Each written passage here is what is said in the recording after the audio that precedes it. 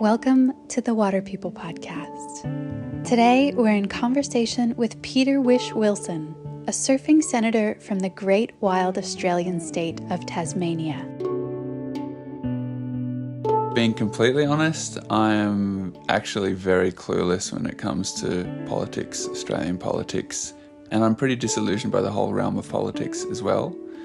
But there are always people, and there's always exceptions to the rule. There's always people who are still maintaining their humanity in areas that seem to be really good at taking it away from people. And Peter Whish-Wilson is one of those people. He's this guy who's been working so tirelessly and so passionately in one of the most incredibly wild and beautiful parts of the world, which is Tasmania. And I've heard his voice so many times over the years and always wanted to sit down and have a yak with him because I've heard him speaking in Parliament where he's been, in my mind, the only rational voice there, speaking for entire species that can't obviously speak for themselves, like the humpback whale population that migrates from Antarctica up to Australia and goes up the west and the east coasts. And a few years ago, there was groups like Sea Shepherd going to the Antarctic Southern Ocean whale sanctuaries to defend whales like the humpbacks from Japanese whaling fleets that were going down, industrial whaling fleets, like not traditional hunting, huge industrial ships. And when Sea Shepherd stopped being able to do that the last couple of years, Peter Whish-Wilson was in Parliament and just scolding our government and getting so stuck into them for not stepping up to the plate and looking after these whales that are so treasured by Australian people and such an integral part to tourism and economies along the coast that thrive because of those whales.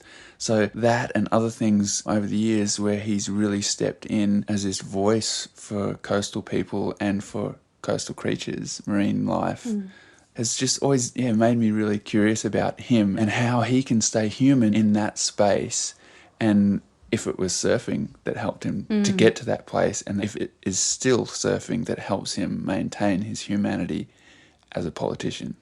What I love about Peter Whish-Wilson is the fact that he's not only kind of a left-leaning green political senator. He was also a banker in the driving room of global capitalism working in New York City. And the story he shares with us today is about making a decision to step away from that and how it set him on a path to where he's now, which is in service of his country and in service of protecting wild spaces like his state of Tasmania. Yeah, from my point of view, a very admirable aspect of Peter Whish-Wilson is that he's just doing something with the feelings he has. He's doing something with the inspiration he gains from, obviously, from being a surfer and a coastal fella and having a family. And those are things for him that have not just been sort of thorns in his side or something that shapes his perspective of the world. It's actually turned into active pursuit for change. And he gives it a shot. He's giving these things a shot, you know, and often we can all be so critical of people in the political circle, but they're in there getting their hands dirty and giving things a go. And I know I couldn't do that. I am such anti-humanist. What's the word for people like me? Misanthrope. Yeah, that's right. I just wanted to hear you say it. But I am, you know, and I think a lot of other surfers are the same. You know, we like to share surfing experiences together, but a lot of the time we dodge each other and we like to escape a lot. We like to go into that world that is not so anthropocentric as our daily lives. And I think Peter's the same. He loves to go surfing on his own. He lives in Tassie. It's a very spacious surfing part of the world. You know, you can surf alone all the time if you want. Yeah, it's just fascinating to talk with someone who can dance between those two worlds. Yeah, I was a little bit hesitant to start talking politics overtly here because this has been such a personal, anecdotal podcast thus far, but we both felt like Peter was capable of getting on that human level and having a conversation in a way that feels like a lot of politicians are too afraid to do, to crack their public facade.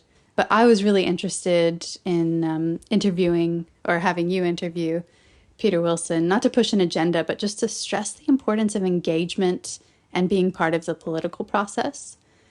Democracy is this incredible privilege that most people in the world don't even have, and our ancestors fought for our rights to participate in politics and not be ruled by dictators. So we really are charged with this responsibility to do right by them and to do right by our children who will inherit the decisions that we allow our politicians to make.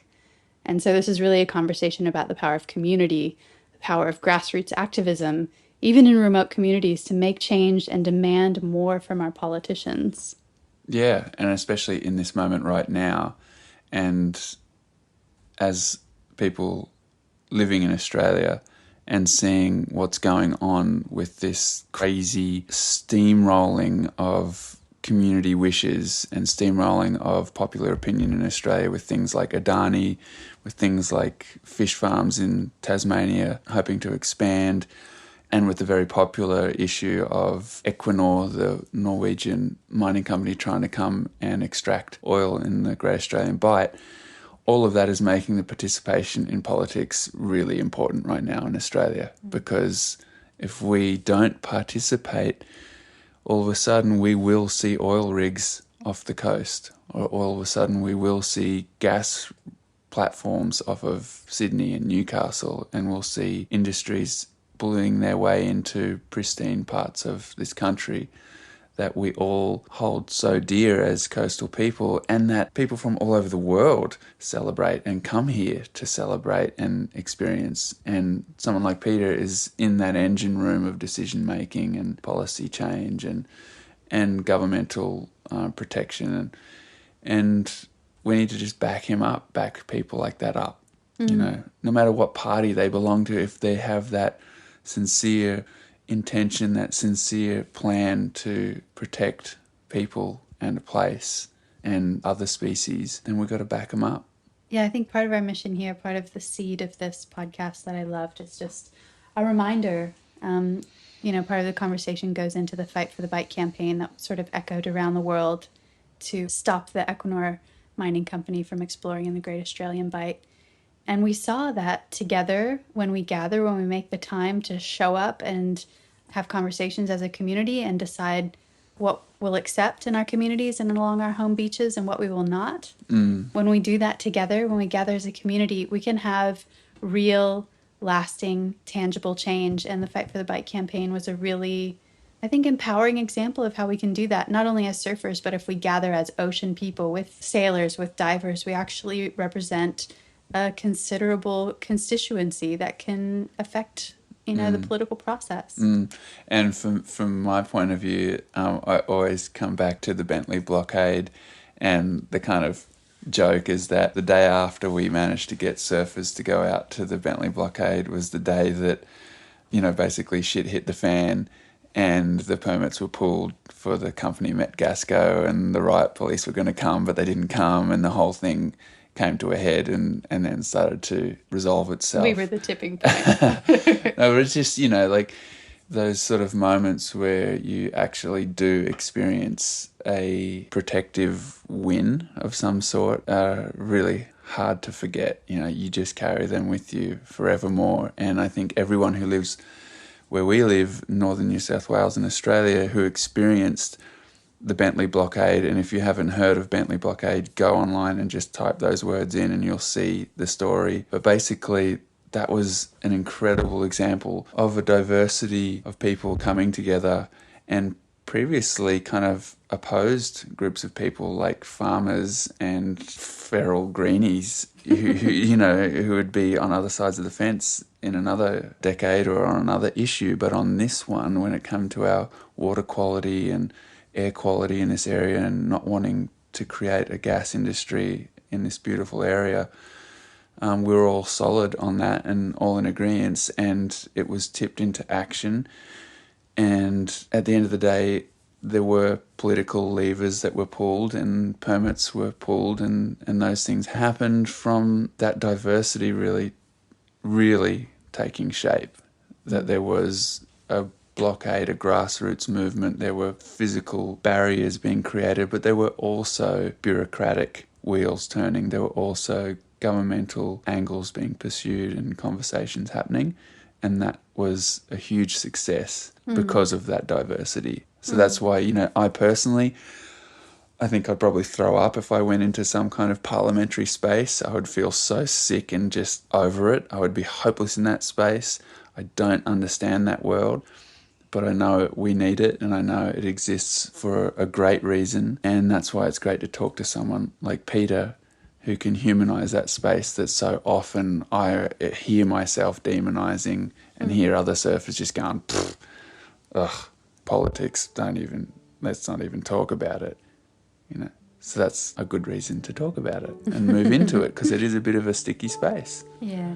And in this conversation, you'll hear lots of beautiful birds and kookaburras. Yeah, so you'll hear those in the background, and let's dive in. Yeah, thanks for joining. Enjoy. The Water People podcast is brought to you by the fine folks at Sanuk. They craft the comfiest footwear around and have been advocates for a more playful and inclusive surfing culture for more than 2 decades. Thanks, Sanuk, for your support and for encouraging water people around the globe to protect their happy places. Learn more about Sanuk's partnership with the Surfrider Foundation at sanuk.com. Thanks also to Gary McNeil Concepts for their support in making the podcast possible. Gary McNeil shapes some of the quirkiest boards around and is constantly innovating with new board materials like hemp and flax to reduce the petrochemical footprint of his boards. Learn more at garymcneilconcepts.com.au. Pete, thank you for coming and sitting down and having a chat. As Lauren was mentioning, our Water People podcast is just launching at the moment, and as we were talking before, has the goal of kind of illuminating corners of the surfing or coastal communities that don't have a lot of light shed on them, but are full of these really bright characters. So the idea of sitting down with people like yourself is to kind of hear some uncommon stories and continue to expand our culture and just hear some good stories and learn a little from each other.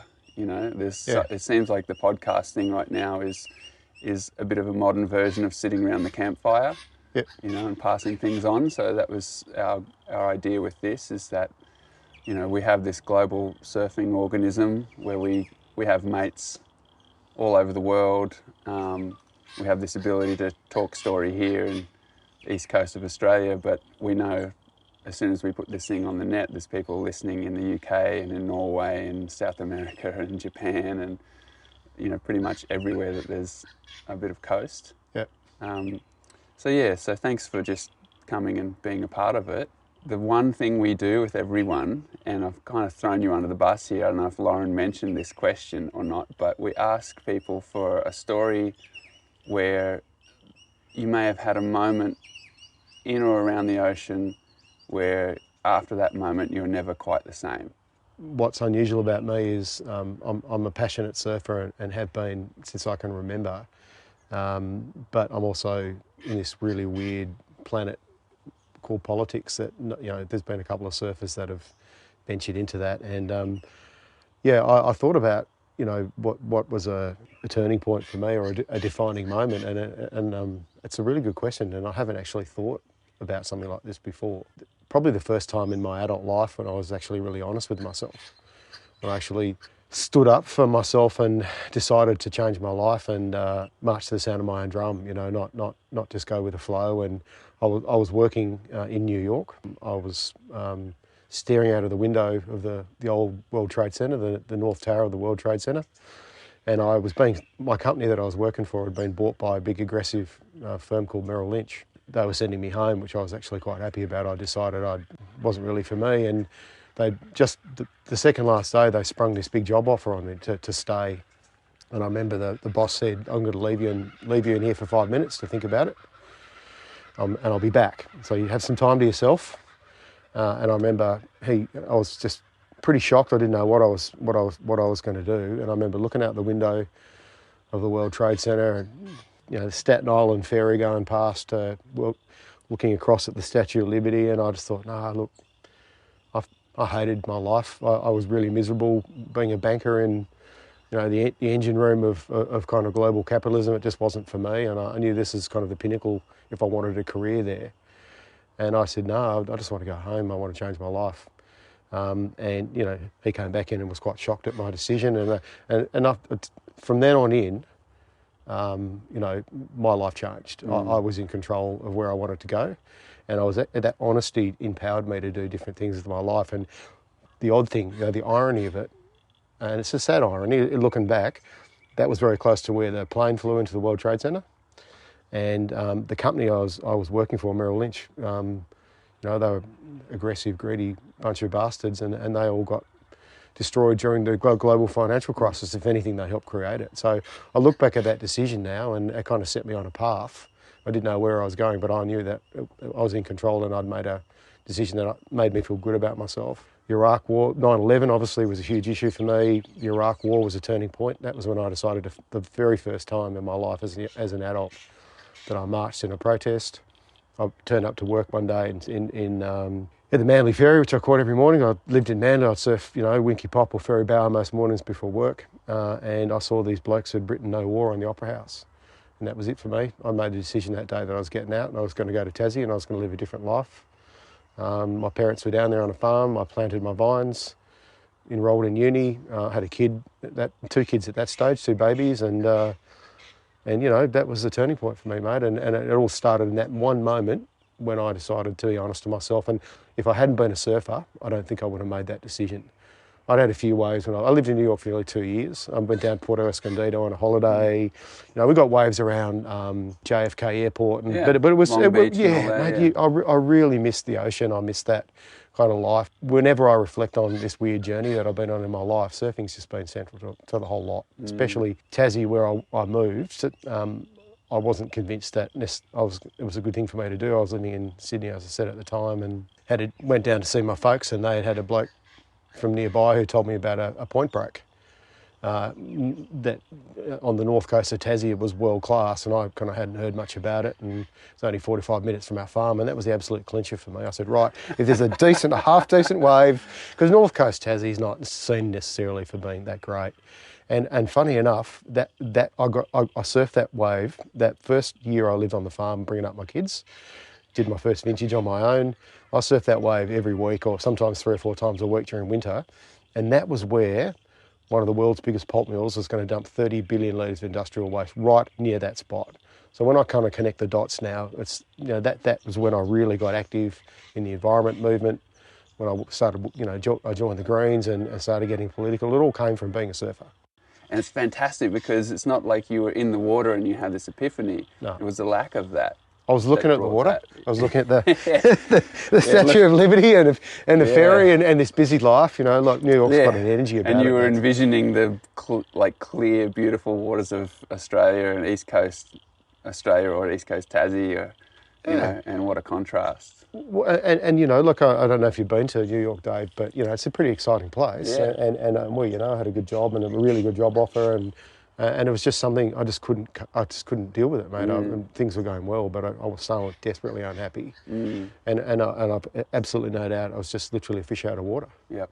It's really great to be able to sit down. I'm a really big fan of yours. When I see you speaking on behalf of the future of this place, the kids that are inheriting it, and the other animals here, specifically like when you were speaking on behalf of whales in the Southern Ocean and about our lack of action here in this country and governance to go down and protect these creatures. I caught that earlier in the year, where you just have a fire in your voice, just a realness to it, a real humanity in the way you're talking about all of this. And I feel like that's what we really wanted to try and share right now through this medium with other surfers and other young folk. Just that kind of passion, man. So it's really, really great. I really respect that in you and want to say thanks for doing that, because there's not a lot of people who are stepping forward in that kind of vulnerability in those places that are pretty dehumanizing, in the center of governance. And you are there speaking real and straight. And so good on you, man. I really Oh, appreciate thanks, that in David. you. And coming from someone like you who's done an incredible amount for the environment and for Wales as well, that means a lot to me. Oh, it's great, Yeah. and it's just great because, of course, we need diversity in every area of life, and in conservation more than anything, we need the diversity in the movement to have any kind of progress or effectivity, you know. So, and I often feel like it's not a popular conversation, politics, in surfing and even in sort of environmentalism. In Australia, there's a thing right now for like frontline activism, you know, and blockades. You know, like we had the CSG blockade here, Bentley blockade, which was hugely successful. That's right. But it was a last-minute ditch because things had progressed so terribly in backrooms for so long, and we had this great blockade, and you know, you've got people who are pumped to go to up north, go to Adani, or do these, you know, road trips and do things on a frontline level, but we need to be talking in these circles that you operate in as well. I wanted to get your take. Yeah, on that it's actually a really important point which I made yesterday at this panel I was on at Splendour in the Grass, because there were some activists there, and I sort of said to them, look, one thing that gets me out of bed at the morning is seeing this groundswell of young people who are now just deciding to stand up and say, this, you know, you failed us in politics. The broader polities, you know, it's not delivering the action we need on climate, on species extinction. But I said to them, you know, we've seen these movements come and go in the past, like the Occupy movement is a really good example. You have to have a political strategy at the end of it.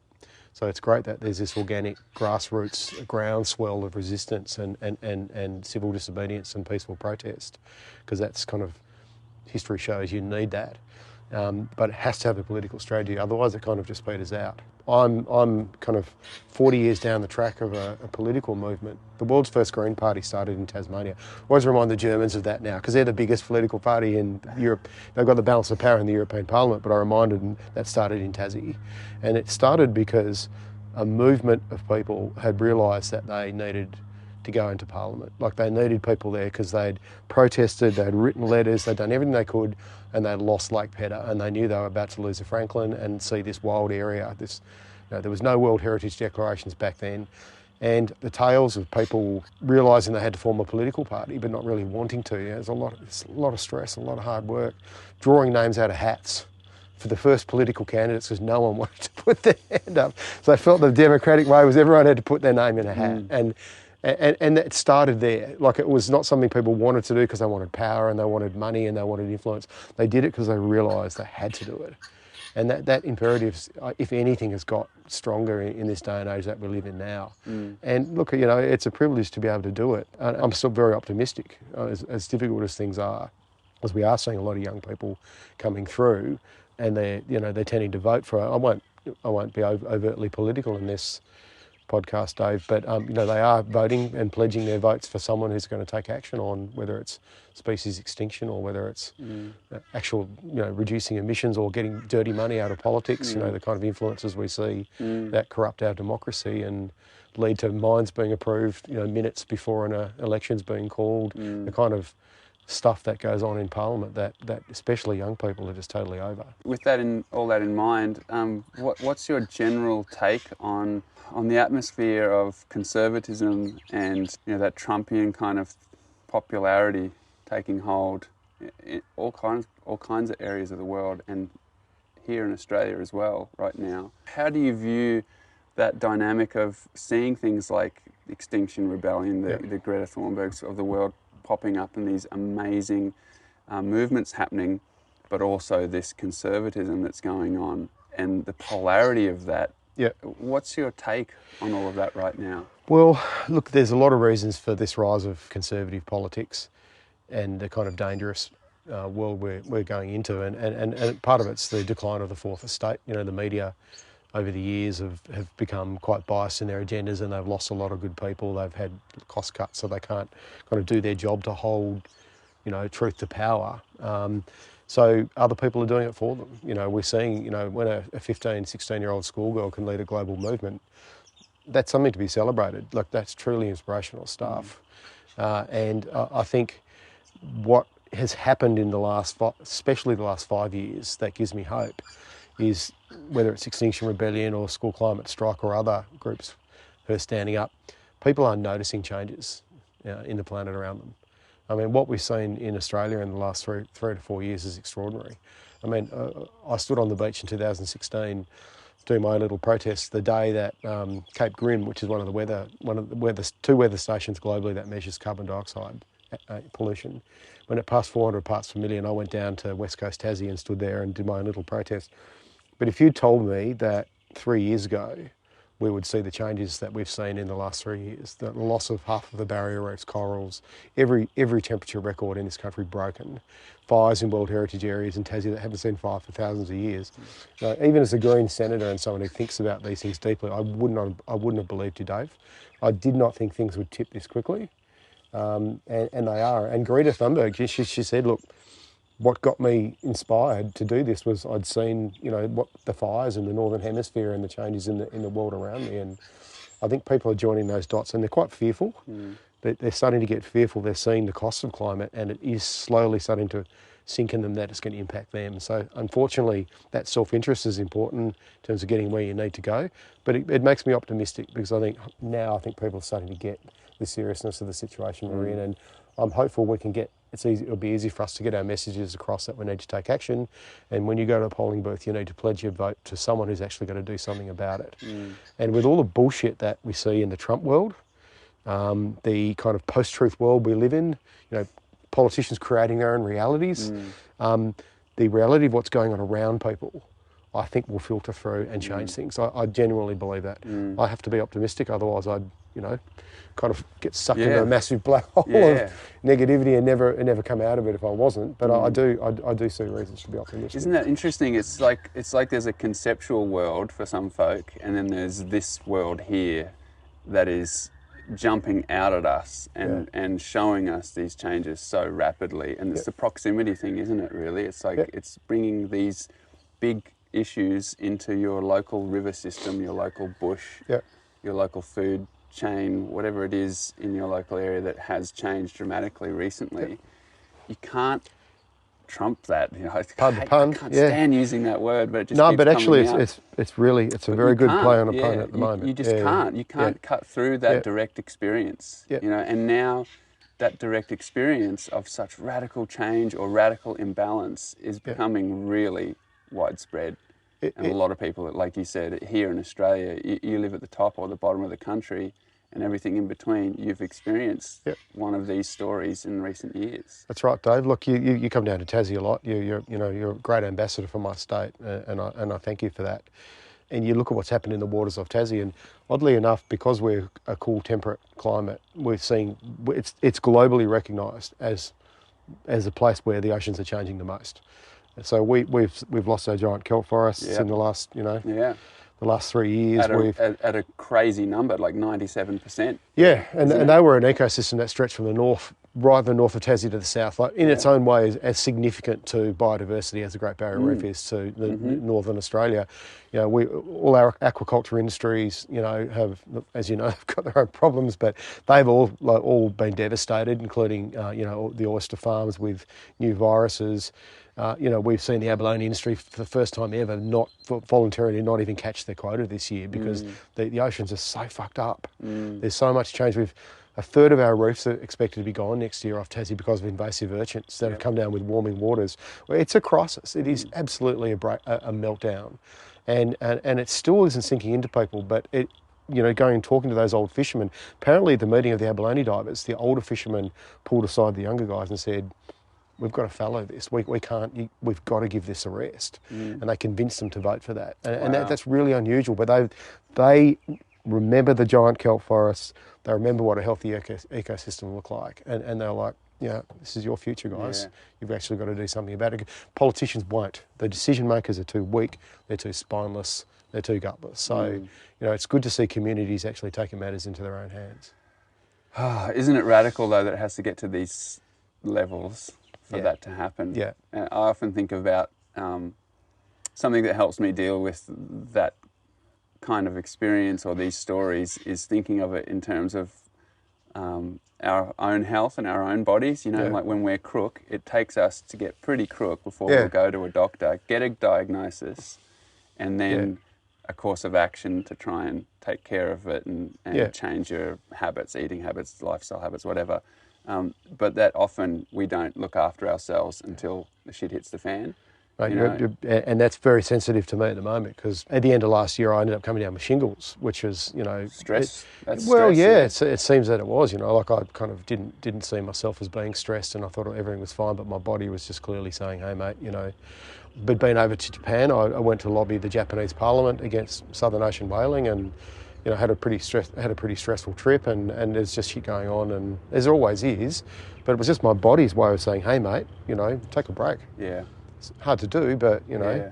and in a way it's really helped me, because I've suddenly had a closer look at who I am, and a lot more meditation and thinking things through and visualising what I want to reduce that stress. And I'm sure, mate, I might not be around in 5 or 10 years if I don't. So you know what I mean? Like you gotta listen to that. Yeah, totally. Well, good on you for having a moment to respect your earth suit, and so you can keep doing the good work. It, mate. Yeah, because that's what it is, isn't it? It's funny. It's that balance, that personal, and then the bigger, the micro and the macro, is a real dance. I wanted to just go back a little bit where you were talking about needing a political structure, a political strategy with efforts, and right now the current red light alarm bell in Australia is for surfers has been the threats to really the southern parts of the country. So through big oil, through Equinor and other oil companies wanting to go down to the Bight there and drill, to expanding fish farms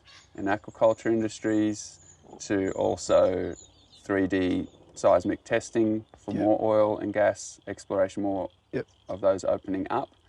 All of that is freaking out surfers in Australia right now, and around the surfing world. But we've seen a pretty amazing response from the surfing community and coastal communities, spontaneously holding paddle outs. Thousands and thousands of people joining in with those all around the country, even in areas like Burleigh and up here, where it is not on the direct spill modelling affected areas. But the concern is so great, and so there's these really great signs of people participating and giving a shit. In typically a culture that it takes a fair bit for surfers to get involved with these issues.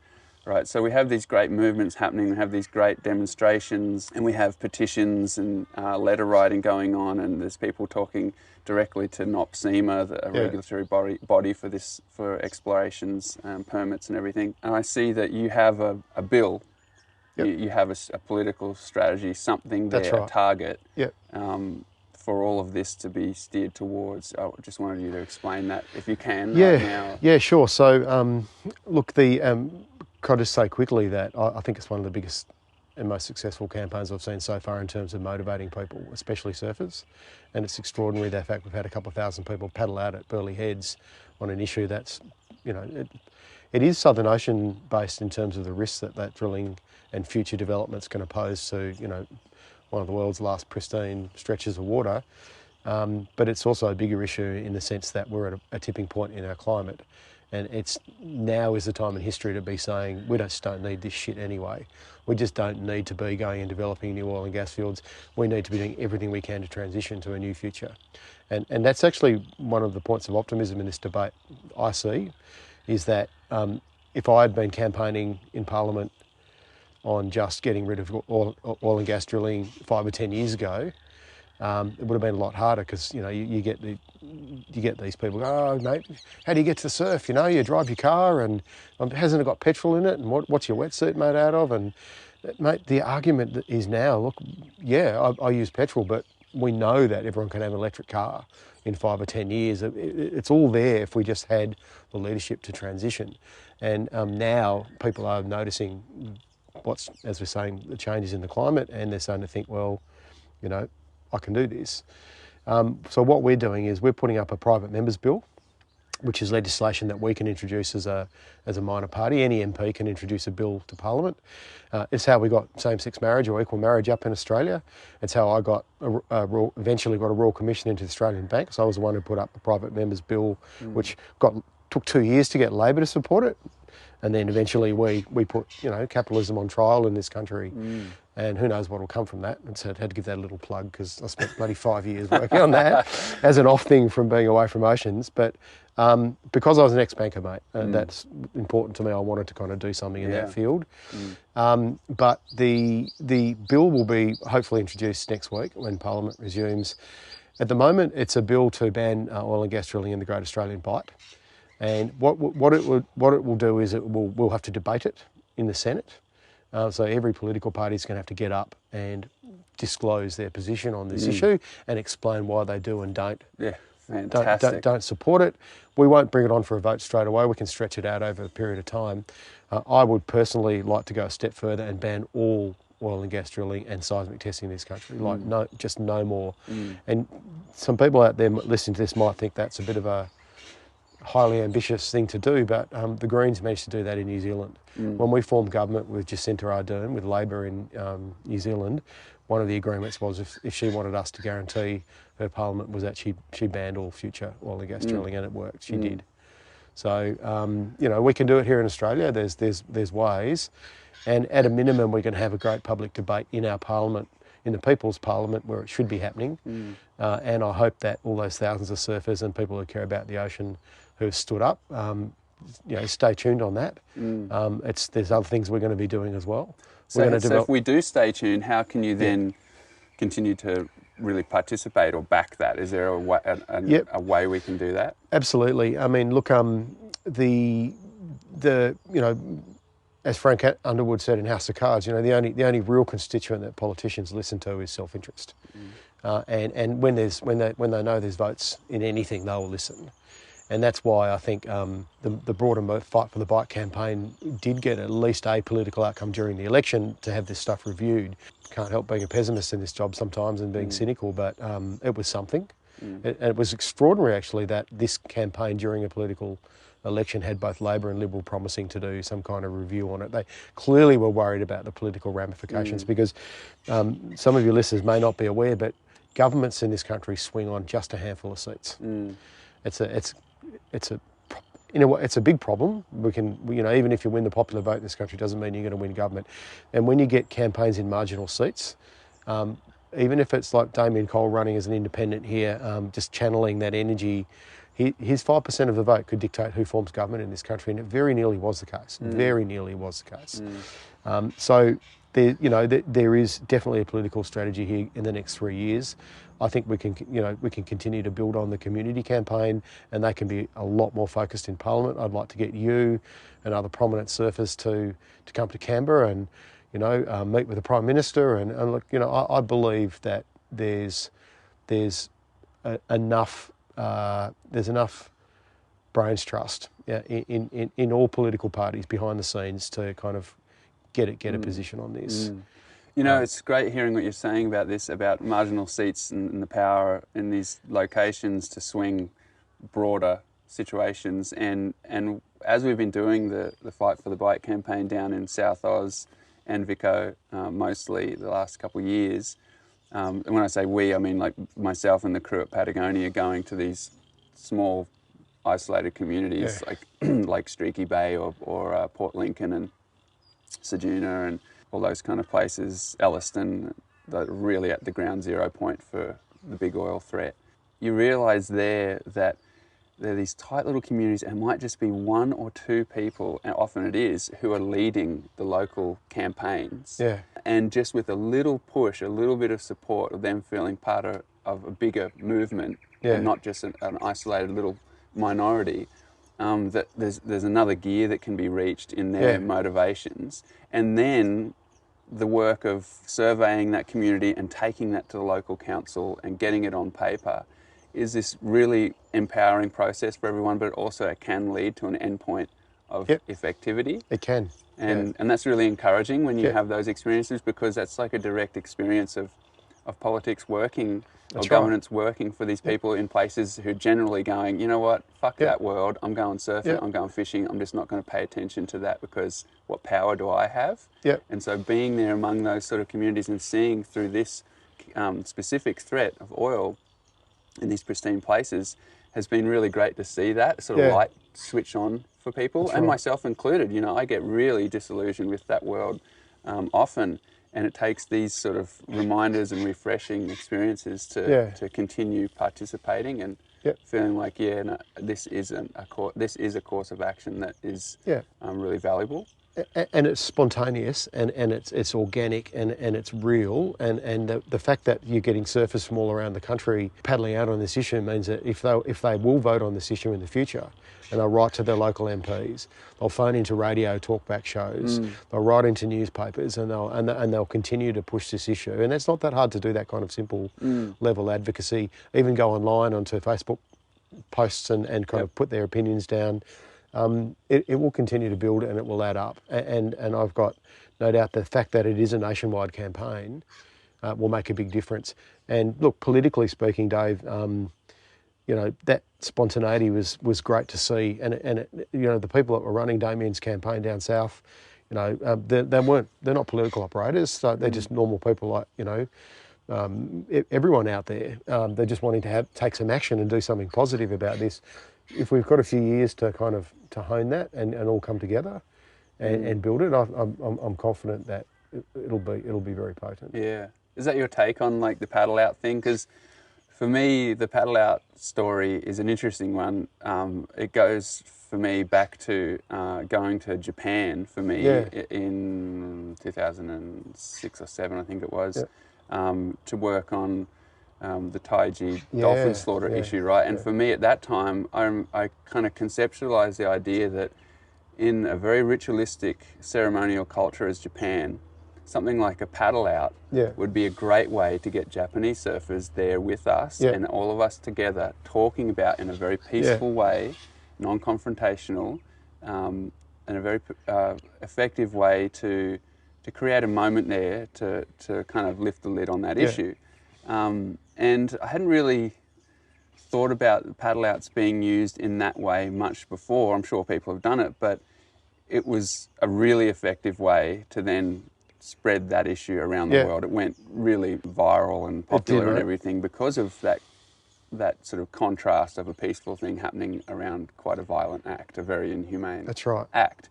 And so then you look at it sort of, since then there's been lots of paddle outs that have happened with that in mind, using this as a symbol of surfing culture's concern and depth of meaning and what it means to be a coastal person.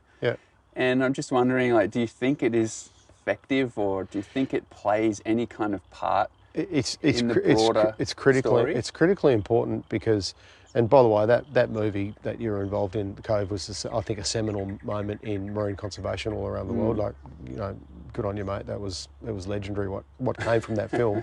No, seriously, I mean, it's critically important because of a simple reason, and that is people are taking action. I think the only thing any of us can do in this day and age is two simple things: is to always remain optimistic and never give in to negativity, and take action. And those two things go together. So it doesn't matter whether it's writing into your local newspaper or joining a paddle out. It's really important people do something. It's absolutely critical. And I think the paddle outs are highly symbolic for surfers because they also tend to be around funerals and you are potentially looking at a tragedy and a loss of something that's precious to us, that we have a connection to, that's actually fundamentally part of who we are. I know not enough people recognise that, but it's absolutely true. So it's highly symbolic on so many levels, and it's fun. I unfortunately was only able to participate in the one down in Hobart. And I saw hundreds of new faces there that I haven't seen before, and a lot of young people, and they had a good time. Like they were yelling until their voices were hoarse, and they were smiling and they were splashing water, and it was so empowering for them.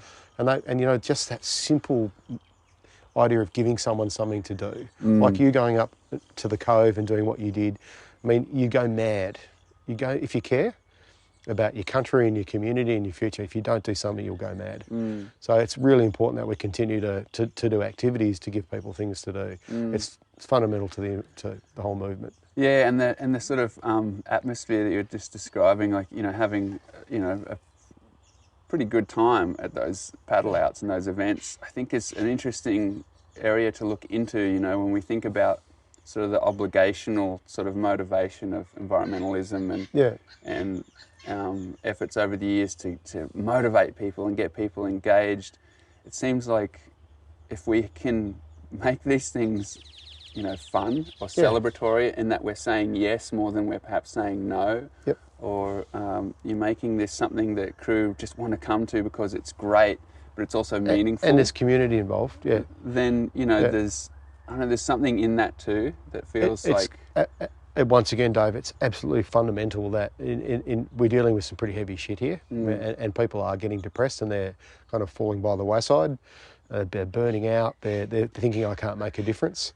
Making, whether it's when you do a beach cleanup, you go for a surf, or hold a little surf comp, or a bar, whatever. These things are important, and I'm discovering this over my decade plus of activism that you just dealing with heavy shit and preaching to people and telling them what to do all the time, and that they shouldn't be doing this and they shouldn't be doing that. I mean, look, what you're saying is true, but you've got to take people with you, and you've got to understand that it's not easy for a lot of people. So making it easy and accessible and enjoyable, it's really important. Yeah, there's a great book. I don't know if you've seen it. It's titled "How to Make Trouble and Influence People." Right, it's the history of political larrikinism and activism in Australia, and it's this amazing catalogue of imagery and stories of this happening. And I was like, people like Pauline Pants Down character and stuff, like all these epic acts of larrikinism and play that's really meaningful. I feel like is something kind of, it's all over the world, but I really love that part of Australian culture that we can say something that's strong and powerful, but it can also be a bit of a piss take and something humorous. And we see that, like we were talking before with our friend Damon Gameau's movies, like that Sugar film, speaking about health and everything, and then also his recent film, the 2040 movie, which is just unbelievably empowering and humorous and optimistic. And I just love that part of Australian culture. I don't know if you have any thoughts around that, but look, I reckon it's unique to us. I mean, some of it obviously comes from some Cockney background, but that self-depreciating stuff's really important because, once again, mate, not taking yourself too seriously on a serious matter helps you get through it. Yeah. And I actually was on a panel with Damien yesterday at Splendid on the Grass, and he's making a real difference through that approach. It's an intense time in history, mate, and we should, as Cole Chisel said, laugh or die, mate. You've got to keep everything in perspective. And what worries me is not just that it's hard sometimes to get people to join into these movements because they're worried. They're worried about stuff. But some of my friends and people I know in the movement who are activists and have been very dedicated to changing the world. Sometimes this self-loathing sets in because they don't feel like there's something they're not doing well enough, or they're not doing enough in some area, and you can take it too seriously, and it can knock you out of the race. So which brings us back to surfing and how important it is, and the idea that potentially you can say that surfing is a selfish act, but I'm a better father after I've gone surfing. I'm a better partner. I do my work better after I've managed to go and be in the water for a while, and I'm sure it's the same for you, and the importance of that and maintaining that saltwater link. It's been connected, right? Like it's simple, and whether you're bushwalking or bird watching or surfing, but for me as a surfer, it's been the number one connection in my life to nature and to what's important to me, and it's a time where you can kind of let your mind roam and think about stuff, and or be in the moment, depending on where you are and what you're doing. I sometimes hear these criticisms about surfers being selfish, and I look at the Fight for the Bike campaign and just see all these different people turning out on an issue that matter for them. And I was on the board of Surf Rider Foundation for a while, and surfers have done some really good stuff. I don't think they're fundamentally selfish. I think they could do more, by the way. Exactly, and they're not fundamentally conservationists either, no, they're not. Or any political tribe, or a member of any political tribe. But specifically with surfing, I wanted to see what you thought about this. There's this, we can have this sort of conversation where we feel in the conservation circles let down by the lack of engagement of surfers in ecological issues. But feeling let down is almost just a response to expecting or thinking that if you surf, you have an intimacy with local ecology that naturally leads to being a conservationist of some sort. So that's an interesting area with surfing because it is such a broad experience. It is so unique to each person. It has so many branches that's got that, like, you know, sporty spice angle of just the athletic jock thing, which is predominantly what we see because it's in the media with winners and losers. It has the whole drama and the sexiness and the commodification of that. And that's what we largely see. But it has all these other offshoots of people who are doctors who surf, who are attorneys that surf, who are environmentalists, students, teachers, you name it, real estate moguls. It's like every type of person surfs these days. So naturally it feels like, we're going to have more activists, conservationists who surf. But it is an interesting area where we think just because we have these kind of spiritual or mystic moments in the ocean with waves or dolphins or fish or sharks or whatever it is, or life-death moments, that they would lead to this sort of work. It's a bit of a myth. It is. It's funny you should raise that because after the election recently, my wife and I spent 8 days in the Maldives on an island at Pastor Point. They're renovating the island, so they're offering 40% off packages. And I've always wanted to go there. And so for a week there, I was with mostly Aussie surfers, mostly men, a whole kind of broad range of the surfing community from Australia, you know, different occupations. And we're all surfing over this wave where the local Maldivian guides were telling us that 90% of the corals had died. So the global heat waves we've seen in the ocean that have knocked off half the barrier reef have done enormous damage to the world's global reefs. We were surfing in this wave where plastic was just constantly floating past us.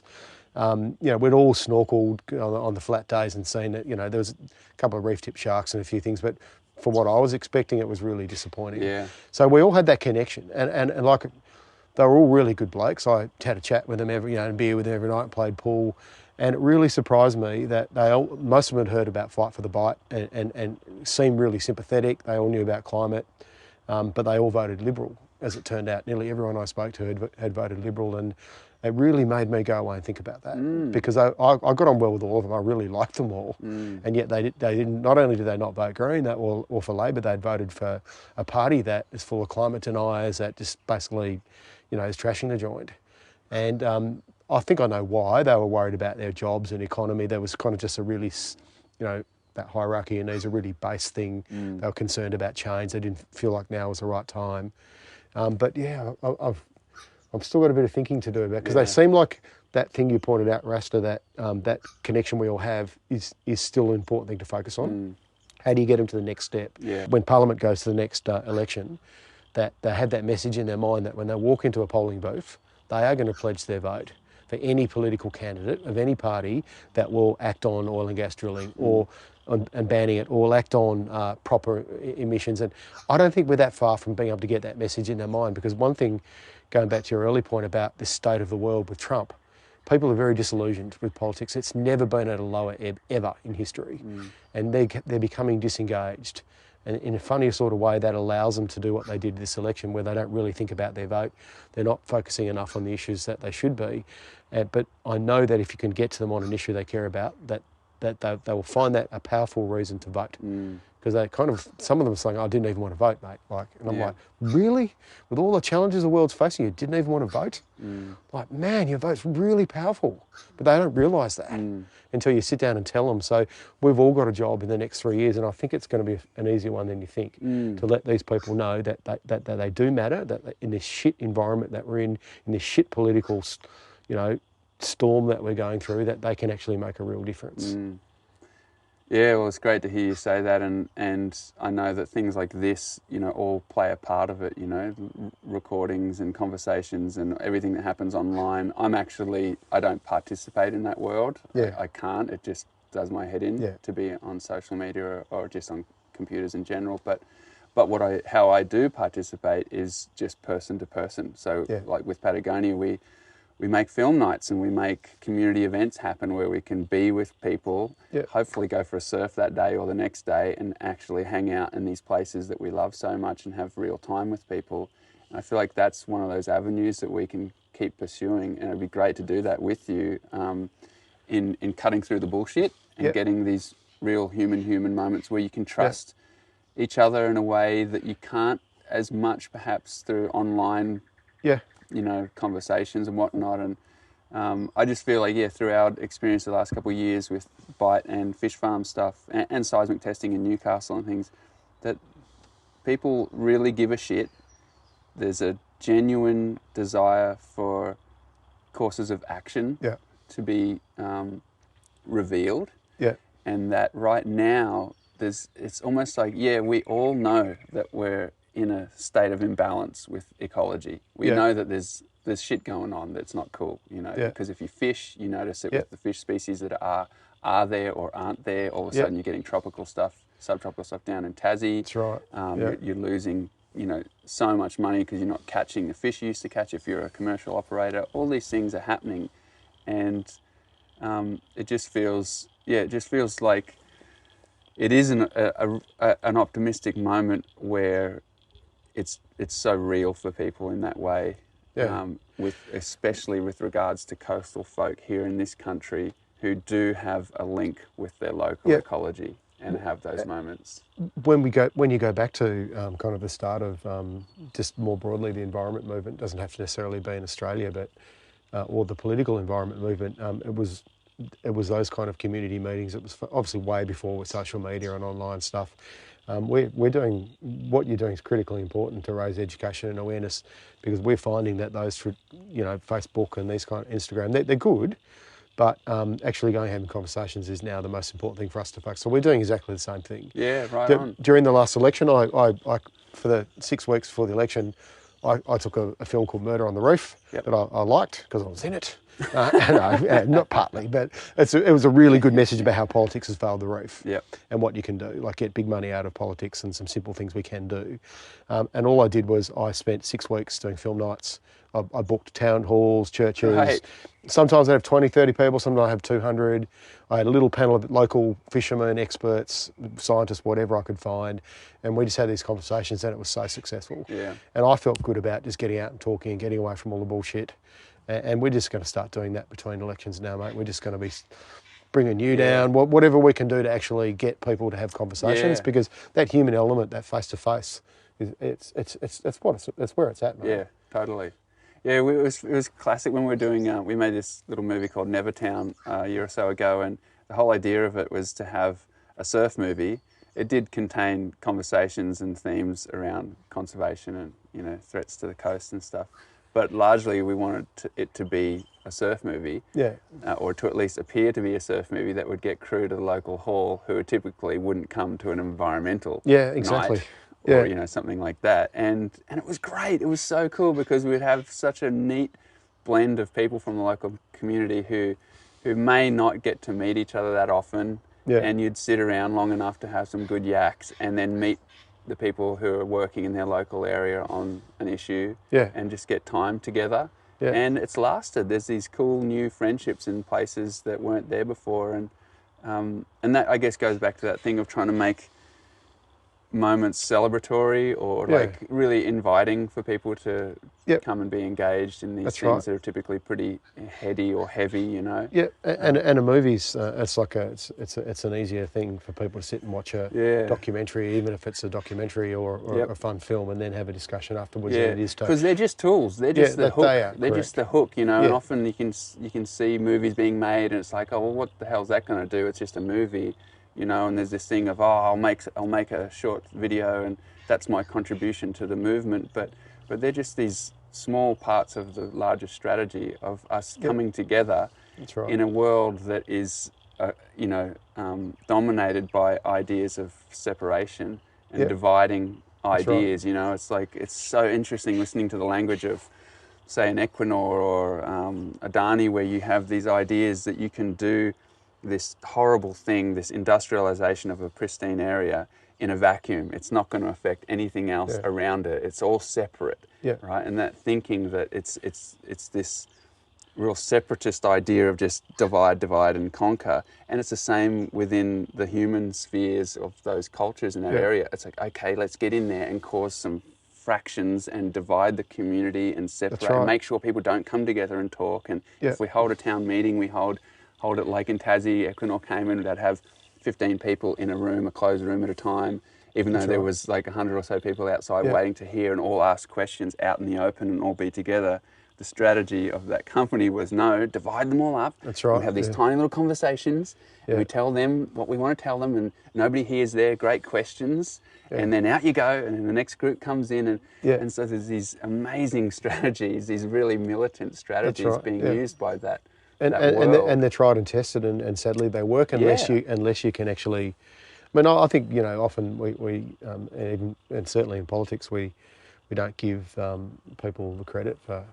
They're a lot smarter than we think they are, but unfortunately, in a disengaged world from politics and from these issues, and people busy, and there's a lot of imperatives about having a job, and a lot of people are struggling, and they are in Tassie, as you know, Dave, and sometimes they may care about an issue, but it just doesn't resonate enough, or they're just not interested enough, and so those strategies adopted by the fish farms down in Tassie, or in Guns, where it's the classic at it, they start suing people too, as you know. So, they work when people aren't engaged. So we've got to do everything we can to engage them. Yeah. And as you say, try different methods and unify. It's like that, to me. That's the underlying feeling is just if we can make any moment happen where we come together, like you do for a paddle out or a film night or whatever, you're directly working in a balancing sense to balance out that divisive strategy that corporations or whatever use. That's right, and to come back to what we discussed at the beginning, when I showed these films, The Murder on the Reef, like where they were what we call soft focused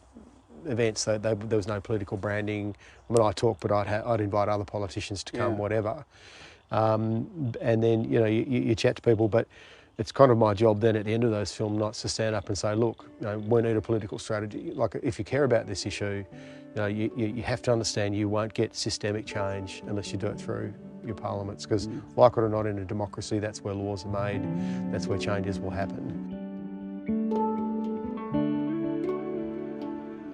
Thanks to Pete for his service and for sharing his story today. You can learn more about Peter Whish-Wilson on Instagram at Senator Surfer. Special thanks always to our sound engineer, Shannon Soul Carroll.